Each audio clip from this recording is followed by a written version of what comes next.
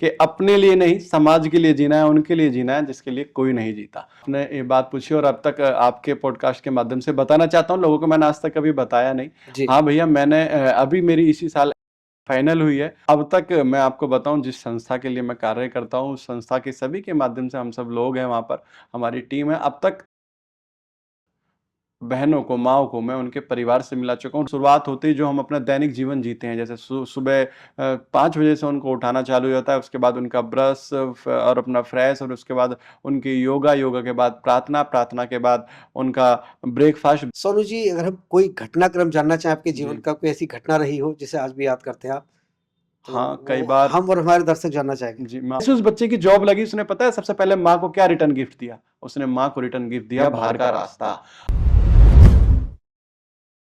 नमस्कार, PNI talk में आपका स्वागत है। मैं आपका दोस्त, आपका होस्ट पवन राज, और आज आपको मिलवाने वाला हूँ एक नन्हे मेहमान से। सही सुना, नन्हा मेहमान, जिसकी उम्र तो बहुत कम है लेकिन कर्म इतने बड़े हैं कि लोगों को उनसे प्रेरणा लेनी चाहिए। आइए उनका स्वागत करते हैं हमारे स्टूडियो में।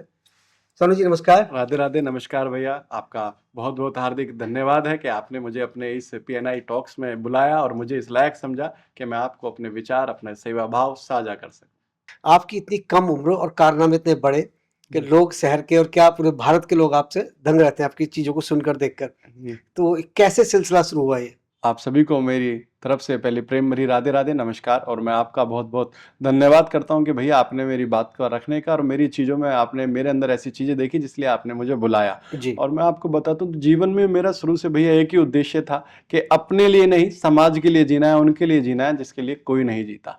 तो इसी उद्देश्य को मैं अपने मन में बचपन से ही मैंने धारणा बना ली थी और उसी चीज़ों को मैं लेकर आगे चला भैया। तो ये प्रेरणा आपको कहाँ से मिली? ये प्रेरणा, तो मैं आपको एक बात बताऊं भैया, जब मैं छोटा था, मैं 7th क्लास में था, तो मैं संघ की शाखा में मैंने जाना स्वयं शुरुआत करी। अपने जो मेरा जीवन था वो संघ की शाखा से शुरुआत हुई, और जब मैं संघ में गया, वहाँ उनके विचार सुने, और जब शाखा प्रतिदिन लगती थी सुबह 6 से 7, जब मैं वहाँ सुनता था, तभी मैंने अपने मन में धारणा बना ली थी कि देश के लिए करना है, समाज के लिए करना है, और उन लोगों के लिए करना है जिनके लिए किसी ने नहीं करा, और शुरू से मैं उसी लक्ष्य पर चलता रहा। देखिए, देखा जाए आपकी उम्र के लोग आज या तो पढ़ाई की तरफ ध्यान दे रहे हैं या फिर अपना कैरियर बनाने के लिए भाग दौड़ में लगे हैं। जी। और आप वकालत करने के बाद भी आपने फाइनल कर ली है, जी। लेकिन आप समाज सेवा में दिन रात लगे रहते हैं। जी। तो कहीं पढ़ाई का कुछ नुकसान होता हो आपका, किस तरीके से जी। कर लेते हैं, मैं मोटिवेट कैसे रखते हैं अपने जी, आप को? आपने ये बात पूछी और अब तक आपके पॉडकास्ट के माध्यम से बताना चाहता हूँ लोगों को, मैंने आज तक कभी बताया नहीं। जी। हाँ भैया, मैंने अभी मेरी इसी साल एलएलबी फाइनल हुई है, जी। और मेरा उद्देश्य ये नहीं है कि मैं लॉ करने के बाद कहीं एडवोकेट बनूं या कोई बड़ा वकील बनूं। मेरे मन में ऐसी कोई देखिए, धारणा नहीं। सबका सपना होता है। नहीं, मेरा सपना ये नहीं है। मेरा सपना तो भैया जनसेवा, सिर्फ उनके लिए जीना जिनके लिए कोई नहीं है, उनके लिए काम करना जिसका भगवान के सिवाय कोई दूसरा व्यक्ति नहीं है। सिर्फ उनकी मदद करना, उनकी सेवा करना, यही मेरा उद्देश्य है और यही मेरा सपना है और यही मेरा लक्ष्य है भैया। तो अब अभी तक आपके जितने भी सोशल प्लेटफॉर्म देखे जी। जाते हैं, वहाँ देखते हैं कि आप अंतिम संस्कार करते हैं जी। लोगों का, जिनके परिजन नहीं हैं जी। या लावारिस लाशें मिलती हैं पुलिस जी। को भी या जैसे भी। जी। तो ये कितना, कब से सिलसिला चल रहा है, थोड़ा जानना चाहेंगे इसको? जी, मैं आपको बताता हूँ कि मैं उन माँओं का, उन बहनों का अंतिम संस्कार करता हूँ जिनका इस समाज में कोई नहीं है। है तो बहुत कुछ, उनका परिवार भी है, सब है, मगर समाज ने, परिवार ने उनको त्याग दिया।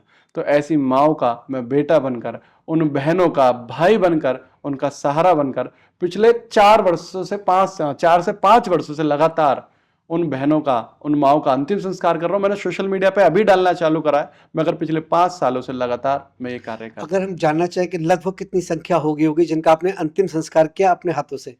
मैं आपको बताऊं, लोग बाग ऐसे कई चीजें तो वहां शूट नहीं कर पाता क्योंकि चीजें अच्छी नहीं लगती और कभी मैं अकेला होता हूँ।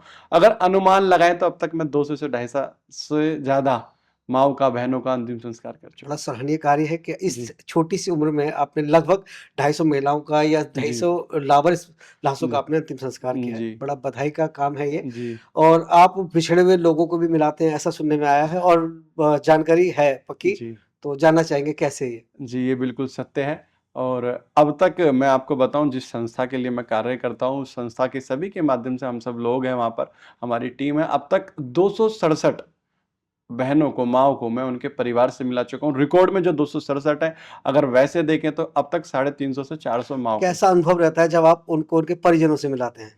आपने मेरी वीडियो के माध्यम से देखा होगा, जब एक बात बताओ मुझे, जब कोई, जैसे मान के चलो किसी परिवार की माँ है, उसकी बेचारे की मानसिक स्थिति ठीक नहीं है, वो अपने घर से निकल गई, ना उसे घर का एड्रेस का पता और ना ही कुछ पता। वो परिवार लगातार पिछले, आप अनुमान नहीं लगा सकते, 14 साल से वो बेटा, वो माँ, वो उनका परिवार, उन्होंने मतलब छोड़ दिया, उम्मीद ही छोड़ दी। आदमी कब तक उम्मीद रखेगा, और क्या अब मिल पाएगी। जैसे वो कहीं कहीं कई किस्से तो ऐसा है कि वो बड़े बड़े संतों के पास गए और बड़े बड़े संतों ने बता दिया वो दक्षिण दिशा में जो है गंगा जी की धाराओं में बह गई, आपको नहीं मिलेगी। और वो माँ साक्षात हमारे आश्रम में जिंदा थी जब हमें मिली, और हमने उनकी काउंसलिंग करी, क्योंकि हम जो है ठाकुर जी को मानकर ही, उन महिलाओं को हम महिला नहीं मानते, हम उनको भगवान मानते हैं। कैसा पल होता है वो पल इतना भावुक पल होता है, जिसकी माँ 11 साल बाद, 14 साल बाद मिले, जिस परिवार में बिछड़ा हुआ कोई व्यक्ति, भैया आप सोच नहीं सकते। अगर वो सामने आप दृश्य देख लो ना, तो आपकी रूह कांप जाएगी, आप रो जाओगे। वो जीवन की सबसे बड़ी उपलब्धि है कि जब कोई माँ का, किसी बहन का अपने परिवार से मिलन होता है ना,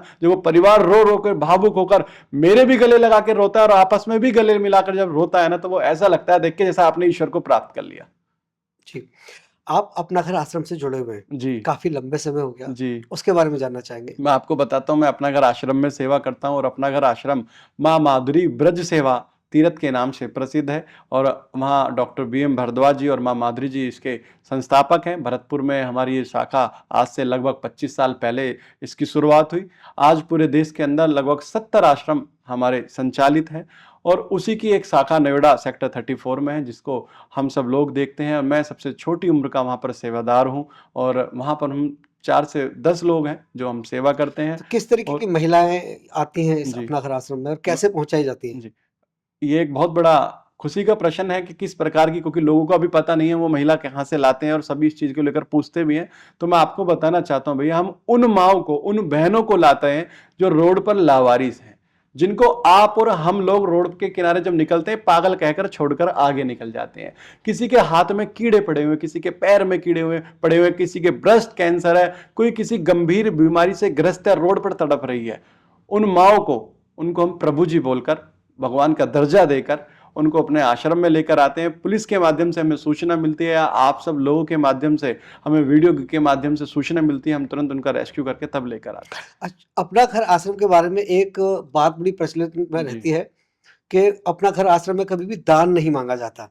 जी तो दान नहीं मांगा जाता तो जी कैसे सारी चीजों की पूर्ति होती है, जरूरत जी कैसे पूरी होती है? जी, मैं आपको बताता हूँ कि बहुत ही खुशी का और हर्ष का और एक धार्मिक चीजों को बढ़ाने का विषय है कि हम जब भगवान से आस्था करते हैं ना, आप प्रभु से जो मांगो वो आपको मिलना है। बस जी। आपका मांगने का उद्देश्य ठीक होना चाहिए, आपकी नीयत ठीक होनी चाहिए। और मैं आपको बताता हूँ, अपना घर आश्रम कभी भी किसी प्लेटफॉर्म पर डोनेशन नहीं मांगता, सोशल मीडिया के माध्यम से नहीं मांगता, कहीं फोन करके नहीं मांगता, कहीं स्कैनर आपको नहीं दिखे होंगे, कहीं आपको कोई रोड पर पर्ची काटने वाला नहीं दिखा होगा। हम प्रतिदिन अपने लोग ठाकुर जी आश्चर्य करते हैं कि कैसे जरूरत पूरी होती है जी, इनकी। मैं आपको बताता हूँ, प्रतिदिन ठाकुर जी को चिट्ठी लिखते हैं, सच्चाई की चिट्ठी। हम प्रतिदिन ठाकुर जी माने कृष्ण भगवान, जी। हम कृष्ण भगवान को अपना आराध्य मानते हुए उनको चिट्ठी लिखते हैं। हमें जो चीज चाहिए, अगर हमको 10 रुपए का नमक का पैकेट चाहिए, या हमें 50 लाख रुपए उनके खाने के, उनके चिकित्सा की व्यवस्था के लिए चाहिए, हम प्रतिदिन अपने ठाकुर जी को चिट्ठी लिखते हैं। और आज तक कभी ऐसा नहीं हुआ, लगभग पिछले 25 साल से, मेरी उम्र से पहले से ये सेवा चलती आ रही है, कि जी। आज तक कभी किसी चीज की कमी पड़ी हो। जो मांगा ईश्वर ने वो दिया। कई बार तो ऐसा होता है कि हम लिख कर हटते नहीं है, पूरा लिख भी नहीं पाते, उससे पहले वो चीजें आ जाती है तो किसी ना किसी रूप इस समय से। अगर हम देखें तो कितनी महिला प्रभु जी वहां पर निवास अभी करती हैं? अभी हमारे यहाँ पर लगभग क्या पूरी 307 प्रभु जी हैं आज 307 प्रभु जी, और 267 प्रभु जी का हम पुनर्वास उनके परिवार में करा चुके हैं। क्या दिनचर्या रहती है अपना घर आश्रम की? जी, मैं आपको बताता हूँ, जैसे शुरुआत होते ही जो हम अपना दैनिक जीवन जीते हैं, जैसे सुबह 5 बजे से उनको उठाना चालू हो जाता है, उसके बाद उनका ब्रश और अपना फ्रेश, और उसके बाद उनकी योगा के बाद प्रार्थना के बाद उनका ब्रेकफास्ट के बाद 12:30 बजे उनका लंच के बाद 3:30 बजे हाई टी के बाद 5:30 बजे डिनर, फिर उसके बाद उनको दूध देकर उनको सुला दिया जाता है। उसके बाद प्रतिदिन वहाँ पर कभी डांस, कभी आर्ट्स, उनको कोई ना कहीं किसी ना किसी सामाजिक और धार्मिक कार्यक्रम लगे रहते हैं, लगे चलते रहते हैं प्रतिदिन, जिससे कि वो बेचारे खुश रहें और उनको किसी प्रकार की भी कोई समस्या ना आए, उनके मन में किसी प्रकार की कोई चिंता भय ना बना रहे। मतलब घर जैसा माहौल, परिवार जैसा, बिल्कुल। इसलिए हम उसका नाम भी, आपने क्या सुना है, अपना घर। अपना घर जैसा उनको महसूस हो। हम किसी प्रकार की कोई ऐसी कमी नहीं छोड़ते एक बार की हम भूखे रह जाएंगे, हम अगर बीमार हैं अपनी लापरवाही बरत लेंगे, मगर हम अपने प्रभु जी की लापरवाही बिल्कुल नहीं बरतेंगे। आप काफी लंबे समय से अपना घर आश्रम से जुड़े हैं, जी लेकिन आजकल शहरों में वृद्धाश्रम बढ़ते जा रहे हैं, जी, उसमें किसकी कमी मानते हैं? मैं आपको बताता हूँ, चाहे हमारा आश्रम हो, चाहे वृद्धाश्रम हो, आजकल लोगों ने एक फैशन बना लिया है वृद्धाश्रम बनाने का। और वो इसलिए बना लिया क्योंकि एक समाज के अंदर, हमारे देश के अंदर चलन चल गया है कि हम अपनी माँ को घर में नहीं रखेंगे, वृद्धाश्रम में रख देंगे। उस वाले सबसे टॉप वृद्धाश्रम में रखेंगे जहां पर सारे एसी की फैसिलिटी हो, वहां पर सारी टीवी लग रही हो, बढ़िया 4-5 नौकर हो। उन औलादों से कोई ये पूछे कि आपके जैसा बच्चा है, आपके जैसा माँ की ममता देने वाला व्यक्ति वहां मिल सकता है क्या? पैसों से वो ममता आप खरीद सकते हैं क्या? अभी आपको एक सोने के कमरे में, जहां सोने का बेड हो, सोने की चम्मच हो, सोने की थाली हो, खाने के लिए परोस दिए जाए, और आप कहो कि आपको इसी कमरे के अंदर रहना, चारों तरफ सोना और नोट का गद्दा हो, तो क्या आपका मन लग सकता है? आपको अपना परिवार चाहिए, आपको बात करने के लिए व्यक्ति चाहिए, आपको अपना दुख साझा करने के लिए अपना परिवार चाहिए, अपनी औलाद चाहिए। तो वो लोग, वो बच्चे, आजकल रईसी की जो परंपरा हमारे देश में चल रही है, उनके माँ बाप वृद्धाश्रम में रहते हैं। आप गांव की तरफ जाओ, समाज में उन लोगों की तरफ जाओ जो बेचारे गरीब हैं, मजदूर हैं, मगर वो अपने माता पिता के साथ रहने में ही अपना जीवन का सबसे बड़ा खुशी का पल मानते हैं। सोनू जी, अगर हम कोई घटनाक्रम जानना चाहें आपके जीवन जी का, कोई ऐसी घटना रही हो जिसे आज भी याद करते हैं आप, तो हाँ, कई वो बार, हम और हमारे दर्शक जानना चाहेंगे। जी मैं आपको बताता हूँ, कई बार मन को भावुक करने वाली घटनाएं ऐसी हो जाती हैं कि अभी कुछ दिन पहले एक माँ हमें मिली, एक माँ हमें मिली। उसके बाद वो हॉस्पिटल में कोई उनको एडमिट करा कर भाग गया, तो वो हॉस्पिटल में हमें किसी से माध्यम से सूचना मिली, मैं गया, और उनके ब्रेस्ट कैंसर था। तो जाके उनसे मिला, क्या हुआ माँ? तो माँ से पूछा कि माँ ने बताया कि ऐसे ऐसे 2 साल पहले मेरा बेटा निकल गया। और मैंने पूछा आपका बेटा क्या करता है? तो उन्होंने बताया कि मैंने बोला कि आपका बेटा कहाँ पढ़ा लिखा है? तो उन्होंने बताया भैया मैं काम करती थी, काम कर करके अपने बेटे को पढ़ाया। हम्म, हार्वर्ड यूनिवर्सिटी, देश वाह, की टॉप यूनिवर्सिटी में उनका बेटा पढ़ा। जी, पढ़ने के बाद देश की सबसे बड़ी कंपनी गूगल, उसमें एक बड़ी पोस्ट पर वो बच्चा जॉब कर रहा है। मैं नाम नहीं बताऊंगा आपको, कंपनी का जी, नाम जी, मैंने बताया, बिल्कुल। वो बड़ी पोस्ट पर जॉब कर रहा है, जिसका कि सालाना पैकेज 2.5 से 3 करोड़ रुपए। उस बच्चे की वो माँ थी। जी, जब उस माँ ने अपने घर का एड्रेस बताया कि मैं यहाँ की रहने वाली हूँ, जब मैंने घर का उसका ट्रैक करा, जी, ट्रैक करने के बाद बच्चे का पता निकाला, नंबर लिया, तो जी, जब मैंने उस बच्चे से बात करी ना भैया, मुझे लगा क्या पता बेचारी घर से जिस प्रकार से हमारे आश्रम में आती कि घर का रास्ता भटक गई होगी, और मैं बच्चे को सूचना दूंगा तो बेचारा एकदम खुशी मन से बोलेगा भैया कहाँ है मेरी माँ, मैं आ रहा हूँ लेने के लिए। लेकिन ऐसा नहीं था। ऐसा नहीं था। जैसे ही मैंने बोला कि भैया आपकी माँ है और यहाँ पर है, क्या आप छोड़कर गए हो क्या? उसने मेरा नंबर सुनते ही, माँ का नाम सुनते ही मेरा फोन काटा और सीधा ब्लैक लिस्ट में मेरा नंबर डाल दिया। फिर मैंने दूसरे का फोन लिया, मैंने मिलाया, मैंने बोला भैया क्या हुआ? तो पहले तो अपनी माँ को माँ मानने से इनकार कर रहा था। फिर जब मैंने पुलिस को बुलाया, पुलिस ने फोन करा, डराया, तो उसने सीधा बोला हाँ मेरी माँ है, मगर मैं रखूंगा नहीं। तुम्हें क्या लेना, मेरी माँ है, मैंने निकाल दी घर से, मैं तो नहीं रखना चाहता। तो पुलिस ने कितना बोली, कठोर शब्दों का इस्तेमाल कितना किया। आप सोच भी नहीं सकते भैया, मन भावुक हो जाता जिस है जब माँ ने उसने उसको 9 महीने कोख में कोक रखा में रखा, उसको और वहां तक पहुंचाया, खुद गीले में सोई होगी, सूखे में सूखे सुलाया में होगा, सुलाया होगा, अपने बोलना हाथों से चलना पाला। सिखाया। उस माँ ने बताया मुझे कि मैंने लोगों से ब्याज पर पैसा लेके, 20% ब्याज पर पैसा लेके अपने सारे गहने बेच दिए उसको पढ़ाने लिखाने में। मैंने सोचा, उसका सपना था कि मेरा बेटा देश की टॉप कंपनियों में जॉब करे। और जैसे उस बच्चे की जॉब लगी, उसने पता है सबसे पहले माँ को क्या रिटर्न गिफ्ट दिया? उसने माँ को रिटर्न गिफ्ट दिया बाहर का रास्ता। और उस माँ का इलाज भी नहीं कराया उसने। और भैया पता है, ईश्वर की कृपा ये रही, ईश्वर का एक करिश्मा रहा कि बेचारी वो जब जितनी दर्द से पीड़ित थी, वो 5 से 6 दिन बाद अपने शरीर को त्याग देती है।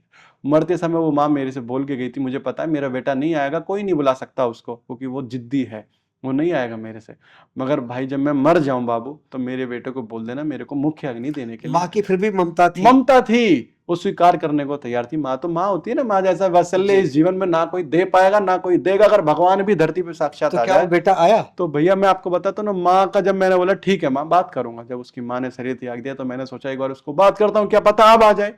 तो मैंने उससे बड़ी रिक्वेस्ट करी, मैंने बोला भाई अब तो देखो आपकी माँ नहीं रही, अब आपको ले जाना भी नहीं पड़ेगा, आप सिर्फ मेरे साथ आ जाओ, मैं आपके साथ सारा मिल गया अंतिम संस्कार करूंगा माँ का, प्लीज आप मुख्य अग्नि देने के लिए आ जाओ। तो पहले तो आने को तैयार नहीं था। जब मैंने उसको इमोशनली ब्लैकमेल करा, सारी चीजें बताई, तब वो बोला ठीक है मैं आ रहा हूँ। ठीक है। भैया मैंने बॉडी को मोर्चरी में रखवा दिया। 3 दिन तक वो मेरा पागल बनाता रहा कि मैं फ्लाइट में बैठ गया और मैं एयरपोर्ट पर हूँ, गाड़ी में उतर रहा हूँ। 3 दिन बाद उसने मेरा नंबर फिर दोबारा ब्लैक लिस्ट में डाल दिया। फिर उस माँ का मैंने अपने हाथों से अंतिम संस्कार करा, माँ से प्रार्थना करी, ईश्वर से प्रार्थना करी। अब जब मैं ही था अंतिम समय पे अपने हाथों से, तो ये दुर्भाग्य हमारे देश का है। सोचो उन युवाओं का है जो देश की टॉप बड़ी कंपनियों में तो होते क्या हैं। माँ बाप का बच्चों को शिक्षा देना या उच्च शिक्षा देना गुनाह है? भैया मुझे तो कभी कभी ये लगता है कि अपने बच्चों को डॉक्टर बनाओ, कोई फर्क नहीं पड़ता। अपने बच्चे को आईपीएस बनाओ, कोई फर्क नहीं पड़ता। अपने बच्चे को इंजीनियर बनाओ, कोई फर्क नहीं पड़ता। अपने बच्चे को अच्छा इंसान जरूर बनाओ। अपने बच्चों को संस्कार जरूर दो। ना कमाए वो 10 लाख रुपए, वो कमाए 10 रुपए, मगर उसको ऐसा संस्कार दो कि वो आज जब शाम को आए ना, आपके चेहरे के देखे बिना खाना ना खाए। ये सबसे बड़ी उन माता पिता की कमी रहती है। वो चाहते हैं कि मेरा बच्चा टॉप जगह जॉब करे। अपना जीवन शुरू से उन्होंने अपने माँ जैसा वात्सल्य अपने बच्चे को दिया ही नहीं। पैदा हुआ उसके लिए तुरंत ही जो है केयर टेकर रख दी। लेकिन माँ का तो एक सपना था ना कि अपने बच्चे को मैं एक बड़ी कंपनी में एक अच्छे ओहदे वो पर, एक पद पर कहीं देखूं और उसको उच्च शिक्षा दूं, तो वो माँ ने कहीं कोई गुनाह तो नहीं किया? माँ का कोई गुनाह नहीं था उसमें, बस कहीं ना कहीं समाज का गुनाह था। उनकी माँ का बस ये गुनाह था कि उसका सपना, उसने सोचा मैं अपने बच्चे को दूर रहकर पढ़ाऊंगी, यहाँ समाज में रहेगा तो बिगड़ जाएगा या नहीं बन पाएगा। और जैसी बना तो उसने सबसे पहले माँ को रिटर्न तो भेज यहाँ दी माँ थी। गलत थी या बेटा गलत था? भैया मैं तो अपनी अगर नजरों से देखूं तो जितनी कमी बेटे की उतनी कमी माँ की भी है। यार एक बात बताओ भैया, क्या जरूरत है? आप ठीक है अच्छे बड़े टॉप 10 स्कूलों में पढ़ा रहे हो, टॉप 10 जगह शिक्षा दे रहे हो, बड़ी इंटरनेशनल कंपनी, क्या आपने कभी उसको ये दुख बताया सामने बैठा के माँ क्या होती है? क्या आपने कभी ये पढ़ाया? क्या आपने कभी समाज को उसके अंदर उसको कभी वृद्धाश्रम में घुमाया, दिखाया? कभी नहीं दिखाया। तो उसे क्या पता कि माँ का प्यार क्या होता है? उसको तो वहां जो विदेशी दुनिया है ना भैया, वहां पर माँ बाप कुछ भी नहीं है। वहां बच्चा पैदा होते ही जो अलग जीवन जीना चालू कर देता है, तो उसने तो वहीं के कल्चर को फॉलो कर लिया ना। तो उसके लिए क्या माँ क्या बाप? अभी कुछ दिन पहले देखा आपने, एक बच्चा बैंगलोर चला गया, वो अपनी बूढ़ी माँ को और पिता को अपने फ्लैट पर छोड़ गया। और फ्लैट में जब वो माँ बाप खत्म हो गए, उसने उसको फ्लैट वाले अड़ोसी पड़ोसियों ने फोन करा। 25 दिन बाद उनकी बॉडी का पता लगा कि जब सड़ रही थी बॉडी, सुगंध आ रही थी, तब एक हम जैसे भाई ने, किसी ने सूचना दी, पुलिस को गेट तोड़ा। उस माँ का शरीर कीड़े खा चुके थे, चेहरा भी नहीं। और उसके जब बच्चे को फोन करा ना, उसने पता क्या बोला? मेरी माँ बाप से कोई मतलब नहीं है, मेरा तुम्हें क्या करना, मर गए मर जाने दो।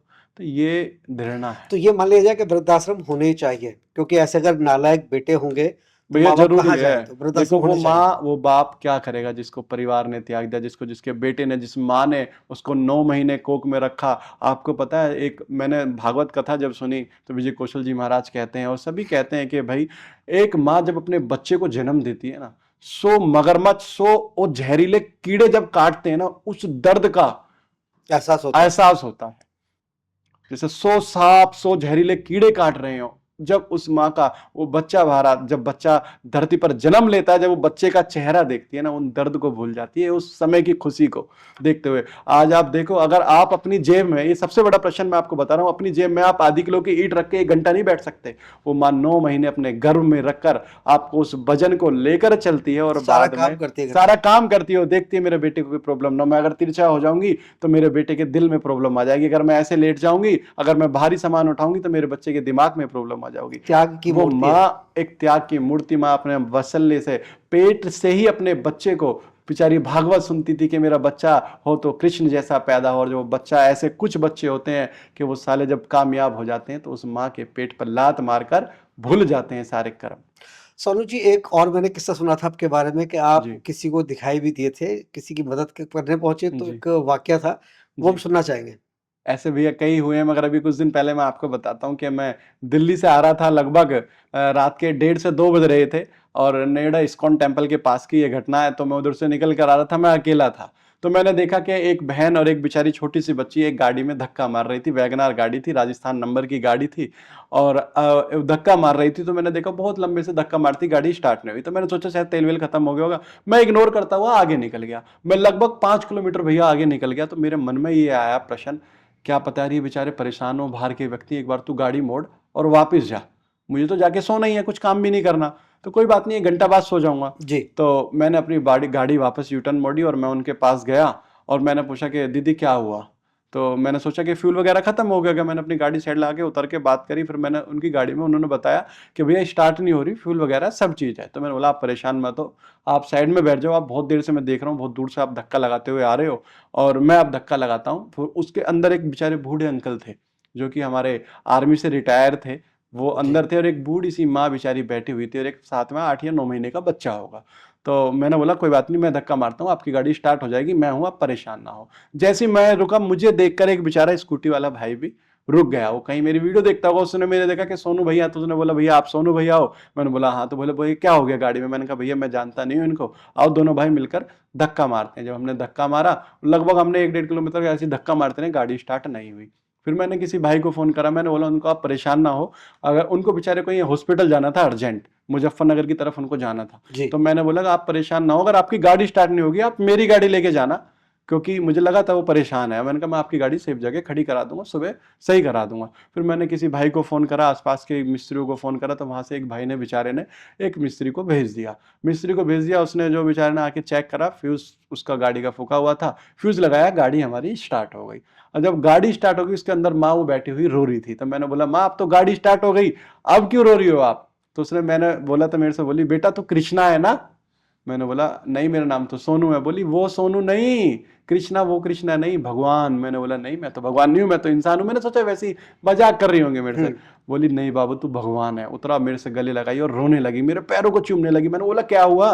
तो बोली कि मैं अंदर गाड़ी में बैठे हुए कृष्ण भगवान का नाम जप कर रही थी, और मैंने अब तक 15 से 20 बाला मतलब बार नाम ही जप किया होगा, और मैं लगभग हमें 3 घंटे हो गए, हमें मदद किसी ने नहीं करी, और हम पहली बार नोएडा के इस रास्ते से जा रहे थे। और जैसे ही आप आए, जैसे ही आपने हंसते हुए बोला ना परेशान मत हो, गाड़ी स्टार्ट हो जाएगी, मैं स्टार्ट करके जाऊंगा, तो मैं समझा कि भगवान ने आपको भेज दिया और आप भगवान के रूप में आए हो। मैंने बोला नहीं मैं तो इंसान हूँ। तो बोली तू इंसान नहीं है, तू भगवान है। मेरे पैरों को चूमने लगी और बोली नहीं तो हकीकत में कृष्णा है, मेरा ठाकुर जी है। मैंने बोला नहीं। तो उस समय मेरे भी आंसू निकल गए। तो उस तरफ और ज्यादा सेवा करने का भाव बढ़ जाता है कि जब आप किसी की सच्चे मन से सेवा करोगे ना, किसी अनजान व्यक्ति की, कब आपको दूसरा व्यक्ति भगवान का दर्जा दे जाए आप सोच भी नहीं सकते। सोनू जी, एक चीज और देखी जाती है अक्सर नोएडा जी शहर के अंदर जितने भी धार्मिक आयोजन होते हैं जी उनमें भी आप बढ़ चढ़कर भाग लेते हैं, और आपके सोशल जी प्लेटफॉर्म पे भी आपकी वीडियो जी। धार्मिक बहुत दिखाई देती है। हाँ जी भैया। धर्म से आपको बहुत ज्यादा जुड़ाव जी है, शुरू से कैसे देखते हैं आप? शुरू से अगर मैं आज जो कुछ हूँ अपने ईश्वर की वजह से हूँ। जी अगर आप अपने बच्चों को, मैं आपको भी बताना चाहूंगा और जो आपके दर्शक हैं उनको भी बताना चाहूंगा कि आप कुछ मत करो, बड़े इंटरनेशनल स्कूल में पढ़ाओ मत पढ़ाओ, यूनिवर्सिटी में पढ़ाओ मत पढ़ाओ, अपने बच्चे को अगर आपने धार्मिक बना दिया तो उसकी धारणा ऐसी हो जाएगी वो 2 पैसे कम कमाएगा मगर आपके घर में करोड़ों वाली खुशियां फील कराएगा। तो मैं शुरू से ही अपने भगवान को मानता था, क्योंकि मेरे माता पिता बहुत धार्मिक हैं, सब पूजा पाठ वाले व्यक्ति हैं। जी और मैं शुरू से, आज मेरी 25 साल की उम्र हो गई और लगभग 7 साल से, ये 5 साल से आज तक ऐसा कोई दिन नहीं निकला होगा कि जिस दिन मैं अपने भगवान से मिलकर और उनको जल चढ़ाकर अपने घर से ना निकला हूं। जब कुछ नहीं था तब भी मैं उस भगवान के लिए था, और आज भगवान की दुआ से, उनकी कृपा से बहुत कुछ हूँ, तब भी मैं उनके बिना नहीं रह सकता। यही वजह कि आपके माथे पर हमेशा एक जी टीका दिखाई देता है। जी, ये शुरू से ही मैं आपको एक भाई एक घटना बताता हूँ कि मैं जहाँ स्कूल में पढ़ता था, हम नॉर्मली कॉलोनियों के स्कूल में पढ़ते थे, जी तो मैं पूजा के चक्कर में स्कूल लेट हो जाता था जाना, और टीका लगा रहता, सब मेरा मजाक बनाते थे आ गया पंडित जी। आज भी लोगों की युवा जो है वो सब यही सोचते हैं, आज भी मेरे को बोलते थे कि आ गया पंडित। अभी भतेरी उम्र पड़ी है, जब कर लेता पूजा पाठ, बाद में अभी क्या करना भैया, कल का कोई भरोसा है क्या? पल का भरोसा नहीं है, सेकंड का भरोसा नहीं है, जिंदगी ये गुब्बारा है, कब फूट जाए कुछ नहीं पता। कुछ नहीं तो पता। नाम जप करो, ईश्वर की प्रार्थना करो, ईश्वर के निकट रहो, अपने माता पिता की सेवा करो, यही सबसे बड़ी प्राप्ति है। आप समाज सेवा में लगे रहते हैं, जी लावारिस लाशों का दाह संस्कार करते हैं, जी बिछड़ों को मिलाते हैं, जी। दोस्तों का कितना साथ मिलता है? मैं आपको बताता हूँ, ये भी एक कठिन प्रश्न है। मेरे कुछ लोग हैं, कुछ मेरे दोस्त हैं, बेचारे वो दोस्त हैं जो एक माध्यमिक परिवार से हैं, वो उस दुख को समझते हैं। कुछ मेरे, अगर मान के चलो मेरे अगर 50,000 दोस्त हैं तो 50,000 में से वो 5 दोस्त ऐसे हैं जो मेरे इस सेवा कार्य में, अगर मैं बेचारों को फोन करूं तो वो जी अपना काम धंधा छोड़कर मेरे साथ लगकर सेवा कर देते हैं। और जो मेरे रिश्तेदार हैं, जो मेरे बड़े दोस्त हैं, जो अच्छे परिवार के हैं, जो सारे हैं, वो लोग मेरे को पागल बोलते हैं, मेरे को पागल बोलते हैं। वो सोचते हैं कि ये मेरा बिजनेस है, वो सोचते हैं कि मैंने ये धंधा बना लिया, मेरा बिजनेस है कि भाई मैं किसी काम करूंगा, और तू पागलपंती कर रहा, पैसा कमा, तेरी उम्र है, तू बिजनेस कर, तेरे अच्छे संबंध है, ये कर वो कर, सब नई नई सलाह देते हैं। मगर कोई मुझे ये सलाह नहीं देता कि और अच्छा काम कर और सेवा तो कर। क्या समाज सेवा करना इतना मुश्किल है? बहुत मुश्किल है। आप देखो ना, आज समाज सेवा में आप अपनी जेब के 10 रुपए किसी दूसरे व्यक्ति पर लगाने का दिल तो बनाए। आप जिस पैसे को कमाते हो ना मेहनत से, आप दूसरे पे खर्च नहीं कर सकते। वो समाज सेवी ही व्यक्ति है जो अपनी मेहनत की पूंजी किसी दूसरे के सुख में लगा रहा है, किसी दूसरे के दुख में लगा रहा है। और आज मैं उन युवाओं के भी चरणों को प्रणाम करता हूं जो इस सेवा कार्य को खूब आगे बढ़ा रहे हैं। आज हमारे देश के तमाम युवा हैं जो अच्छे अच्छे काम कर रहे हैं, जिनको मैं अपना आइडल भी मानता हूं और जिनको देखकर मैं खुद भी मोटिवेट होता हूं। ऐसे युवाओं को भी मैं प्रणाम करता हूं। बात की आपने खर्चे की, जी तो समाज सेवा में खर्चा भी बहुत होता है, जी और रही बात दाह संस्कार की तो एक अमाउंट तो लगती है उसमें, जी और लगभग 250 से ज्यादा लावारिस जी लाशों का आप दाह संस्कार कर जी चुके हैं। जी। तो कैसे मैनेज करते हैं फंड? देखो, कराने वाला तो ईश्वर है। जी आप अभी किसी अच्छे कार्य में आप चलिए, कहते हैं ना भगवान, जैसे जो लोग, मैं उन लोगों को बोलना चाहता हूँ जो लोग ये बोलते हैं ना कि भगवान क्या खाने को दे रहा है, मैं आपको बताना चाहता हूँ आप अच्छे कर्म करो, अच्छी रास्ते पर चलो, भगवान खाने को नहीं देगा, भगवान आपको बांटने को भी देगा। भगवान खाने के लिए आपको नहीं देगा, आपको इतना दे देगा कि आपको बांटना पड़ेगा। कर्म अच्छे होने चाहिए। कर्म अच्छे होने चाहिए। मुझे खुद नहीं पता कि पैसा आता कहां से है और कहां से वो पैसा लगता है, मुझे खुद नहीं पता। मेरा ईश्वर की कृपा से माता पिता का भी खूब आशीर्वाद रहता है, उनसे भी अगर मैं कभी मांगता हूं तो सब अच्छे संपन्न है। मेरे पिताजी भी दे देते हैं और मेरा बड़ा भाई मेरी बहुत सपोर्ट करता है, और मेरा छोटा सा व्यापार है, और उस व्यापार में मेरा पार्टनर पता है कौन है? मेरे ठाकुर जी है, मेरे हनुमान जी हैं। और मैं जो कमाता हूं, मैं अपनी जो कमाई करता हूं, मैं अपना जो प्रॉफिट का हिस्सा है वो सारा मैं अपने ईश्वर को दे देता हूँ, हनुमान जी को दे देता हूँ, और हनुमान जी का वो पैसा उस सेवा कार्य में मैं लगाता हूँ, तो क्योंकि भगवान परिवार क्या का करेंगे। कितना सपोर्ट रहता है? क्या कभी उन्होंने रोका नहीं कि जी तुम इस उम्र में ये सब काम कर रहे हो, पढ़ाई जी देखो, कैरियर बनाओ, जी कुछ अलग नया करो, जी। कहाँ तुम इन कामों में लग गए? आज मैं आपको बताता हूँ, मैं आज जो कुछ हूँ मैं अपने परिवार की वजह से हूँ, अपने भाई की वजह से, अपनी बहन की वजह से, अपने माता पिता की वजह से, क्योंकि उन सब का सपोर्ट ही मेरे जीवन का सबसे बड़ा हिस्सा है। तो कभी किसी रिश्तेदार ने, नहीं, किसी ने, देखो समाज के लोगों ने रिश्तेदार कोई सपोर्ट नहीं करता, मैं आपको कोई बताता हूँ। आलोचना तो होती होगी? आलोचना आलोचना तो भैया इतनी होती है, जब आप अच्छा काम करोगे ना 10 उंगली उठाने वाले लग जाएंगे। कोई ये नहीं देखेगा मेरे माता पिता ने कितनी मेहनत करी, कितना संघर्ष करा, कोई ये नहीं देखता। कोई तो मुझे पागल बताता, कोई बोलता पूरे दिन शमशान घाट में पड़ा रहता है, दूसरों की जिंदा जलों में मरो मुर्दों को दबाता है, कोई कहता है कि मुसलमानों को बताओ कब्रिस्तान में दफना के आ गया, क्या जरूरत थी, छोड़ देता। मैं एक बात पूछता हूँ, क्या आप जब अच्छे कर्म करते हैं तो आप क्या वहां धर्म को देखते हैं? अभी मैं हूं, मैं बीमार हो जाऊं और मेरे माँ बाप ये सोचेंगे कि मेरे बच्चे को देश का सबसे अच्छा डॉक्टर देखे, अगर वो डॉक्टर, उसे पता है कि सामने वाला डॉक्टर मुस्लिम है, तो आप वहां बोलोगे नहीं मैं अपने बेटे का इलाज मुस्लिम से नहीं कराऊंगा, मुझे हिंदू चाहिए। आप उसके पैर पकड़ोगे, तब आपका वो धार्मिक रिलीजन कहां गया? क्यों धारणा आप नीचे वो नहीं बनाते कि अगर जो आदमी अच्छा कर्म कर रहा है उसको बोलो अच्छा कर्म ही सबसे बड़ी चीज है? ये हम लोगों के मन में धारणा है। भैया आप अच्छा कार्य करो, मत देखो धर्म जात भेदभाव, कुछ मत करो, आप अपने कर्म पर करते रहो, ईश्वर को मानते रहो। ये रिलीजियन ये सब चीजें हैं, मानता हूं मैं, मगर जब आप कहीं अच्छा कार्य कर रहे हो वहां पर ये नहीं है। कभी कभी जीवन में मुस्लिम भी आपके जीवन की रेखा बदल सकता है, आपका उस समय पर वो साथ दे सकता है जिसको आप मुसलमान कहकर, जिसको आप उल्टा सीधा शब्द बोलकर, मैं प्रयाग नहीं कर सकता उस शब्दों का, उसको आप छोड़ देते हो ना, वो भी कभी कभी आपके जीवन में कहीं ऐसी जगह साथ दे देगा जहां आपका कोई साथ नहीं देगा। तो ये लव जिहाद के जी बारे में फिर क्या हाँ, विचार है आपका? लव जिहाद तो बेकार है। ऐसे जिहादियों को जिनकी मानसिकता बेकार है, जिन जो जिहाद की भेद भावना को लेकर, जिहाद की मानसिकता को लेकर आ गए हैं, ऐसे जिहादियों को तो मार देना चाहिए। मैं अपने धर्म, देखो मैं किसी धर्म का खाने में विरोध भी नहीं, कुछ का कुछ मिलाते भैया हैं, देखो रोटियों मैं पर या सब्जियों के आपको अंदर। बताता हूं, मैं दूसरे धर्म का विरोध नहीं करता, मगर हमारे धर्म की कोई आलोचना करे तो ये सोच भी नहीं सकता, सुन भी नहीं सकता, आंखें निकालने का काम कर लूंगा।